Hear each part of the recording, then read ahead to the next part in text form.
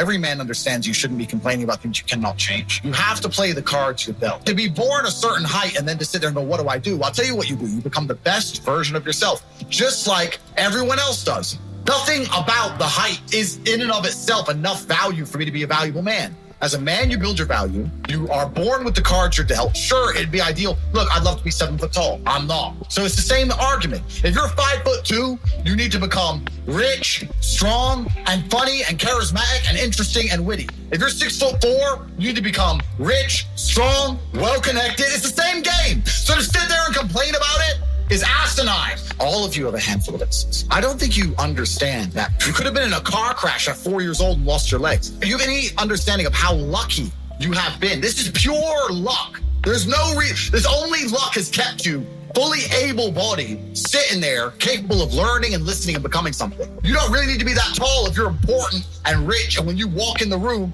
you think when fucking Mayweather walks in the room, people give a shit? Fix that frame in your mind. You are viewing yourself as a short man. Stop it.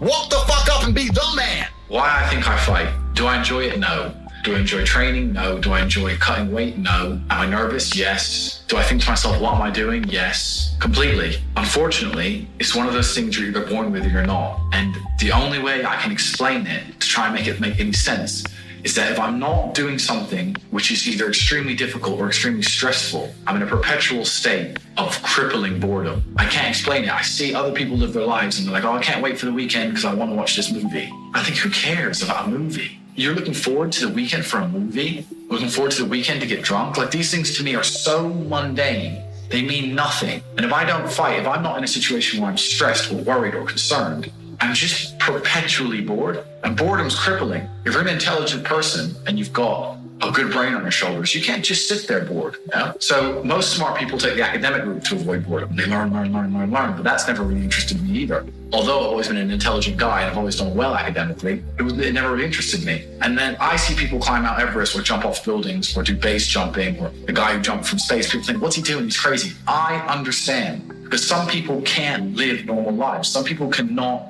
just function 9 to 5 office job, get drunk at the weekends. That is not for some individuals, and it's not for me. So I have to find something which keeps me physically tired enough to stop me going AWOL, and mentally tired enough. And I've chosen fighting, because without this, when I'm not in training, I wake up every day and think, okay, what am I gonna do today? It's 9 a.m. on a Tuesday, I'm bored. Everyone's at work, I'm bored, and I'll end up doing something crazy. I'll either end up drunk or on the Eurostar, or, you know, it's just a random lifestyle, because I'm constantly looking for never-ending entertainment, and it doesn't exist. I think the only thing that could stop me fighting is if I had enough money to constantly entertain myself. Unless I'm a billionaire, I need something that keeps me focused and keeps me occupied in life. With fighting, I have to train twice a day, and I have to train hard, and the stress it brings in every aspect can replace fun, and my mind is occupied. It occupies me. It's the only way I can try and explain it. It occupies me, and I could never stop doing this even if I lost 100 fights. But I'm not built to live a normal existence. I can't do it. I couldn't just have a kid with some girl and stay at home and work a little bit and relax. I've never relaxed my entire life. I don't know what relaxing is. It's just not me. I was a 4-time kickboxing world champion. For 12 years, I trained 5 hours a day, 6 days a week.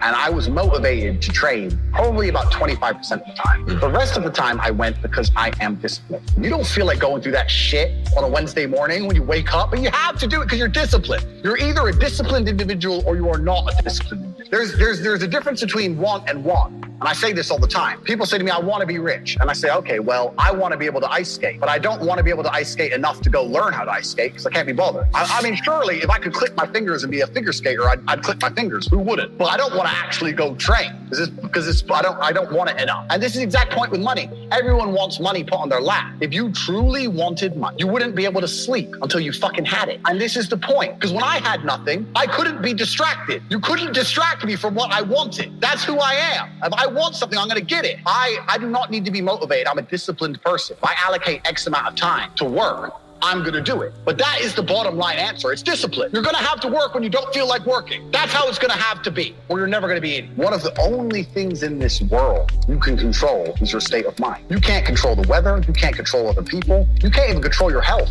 You might get a brain hemorrhage, or you might get hit by a bus. One of the very few things in the world you have genuine control of is your state of mind. You decide if you're a disciplined person. You decide if you're a happy person. You decide if you're a depressed person. These are things that in real real time you can affect in your brain. This is all you can control on Earth. If you can't control that, then you're just a feather in the wind, and life's gonna blow you around, and you might land somewhere good, you might land dog shit, nobody knows. Your state of mind is what you should be able to control. If you can't wake up and say, today I'm making some money, and actually try your very, very best, and actually stay dedicated to that task. If you can't do that,